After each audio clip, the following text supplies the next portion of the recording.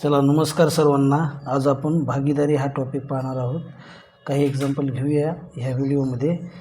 एका उद्योगधंद्यात एकूण 90,000 रुपये नफा, तर त्यात गुंतवणूक केलेल्या अबक यांना तो 3:7:5 या प्रमाणात देण्यात आला.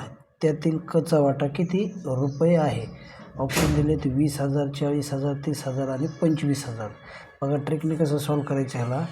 गुणोत्तरीय नाही का नंबर काय दिले बघा, 3, 7 आणि 5. मग 5 आणि 7 12 आणि 3 15. म्हणजे एकूण रक्कम आपल्याला डिस्ट्रीब्यूट आहे बघा, म्हणजे इन्व्हेस्ट केलेली धंद्यामध्ये ती आहे 90,000. बरोबर, ही 90,000. मग गुणोत्तरीय नंबरची बेरीज करा बरं. 7 5 12 किती आला 15.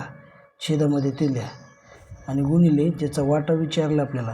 कोणाचा विचारला? कचा वाटा. मग गुणोत्तरीय आकडा काय? कचा आहे बघा 5. मग गुणिले 5 करा.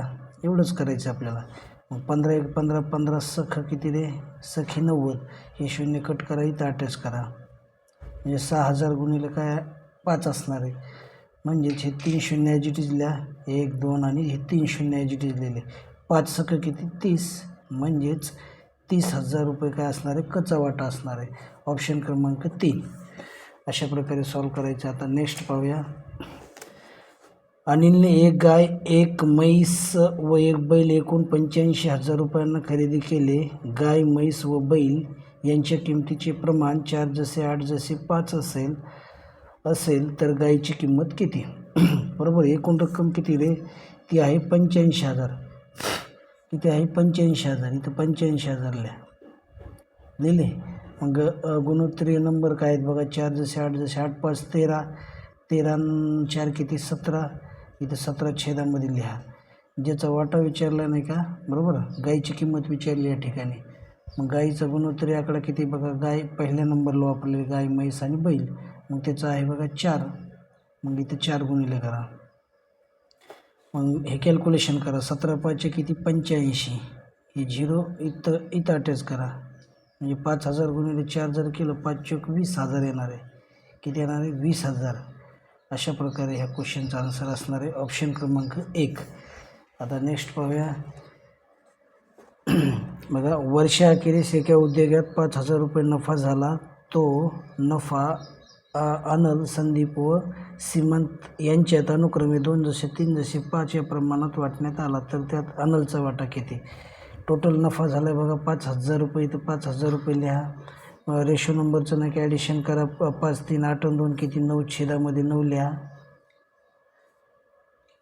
1 मिनिट. 5 आणि 3 8, 8 आणि 2 10. इथं 10 लिहा. बरोबर.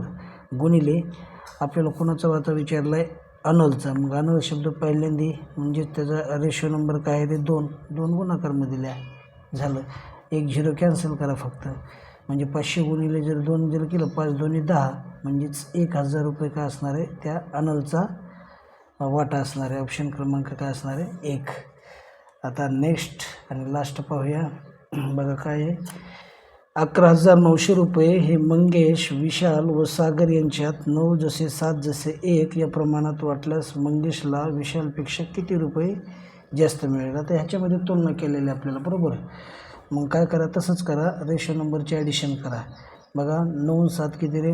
9 7 16. 16 आणि 17 किती? 11,000 काय करायचे? 900 ही अमाऊंट आपल्याला हे करायची. मग छेदामध्ये किती येणार? 17. रेशो नंबरचे ॲडिशन गुणिले आपल्याला विचारले काय बघा. प्रमाण वाटल्यात. मंगेशला विशालपेक्षा, मंगेश आणि विशाल यांच्यामध्ये तुलना केलेली, किती रुपये जास्त मिळाले? मग मंगेशचा रेशो नंबर 9 आहे, विशालचा काय आहे? 7 आहे.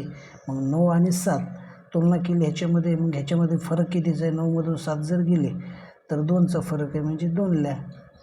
एकदम ट्रिकने आपल्याला नाही का सॉल्व करायचं आहे. मग आता हे कॅल्क्युलेशन करा.